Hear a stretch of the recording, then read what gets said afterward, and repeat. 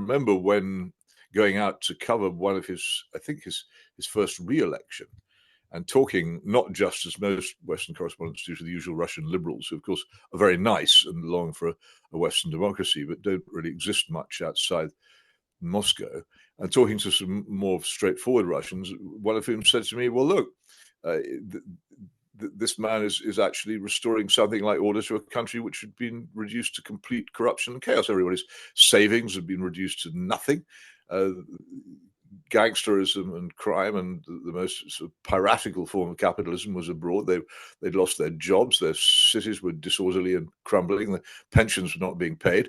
Along comes somebody who puts these things right. What do you expect if people say, actually, that might not be such a bad idea?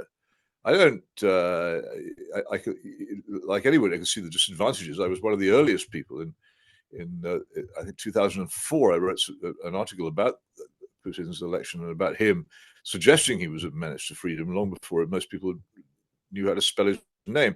But it doesn't make any difference. A lot of this was the result of Western policy before that point. And one of the key people who, during the election, when I remember being told that Putin was going to be preferred by normal Russians, was a man called Stanislav Gavryukhin.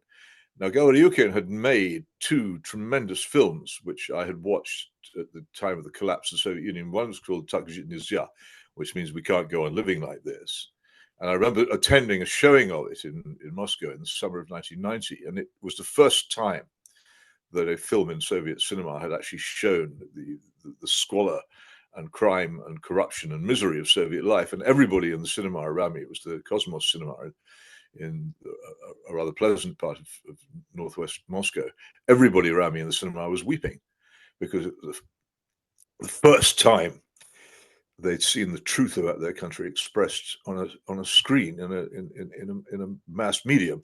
And they made another one called Россия, которой мы потеряли, the Russia we have lost, which was again a documentary about what Russia might have been if there had not been a Bolshevik revolution, and the tragedy of Bolshevism.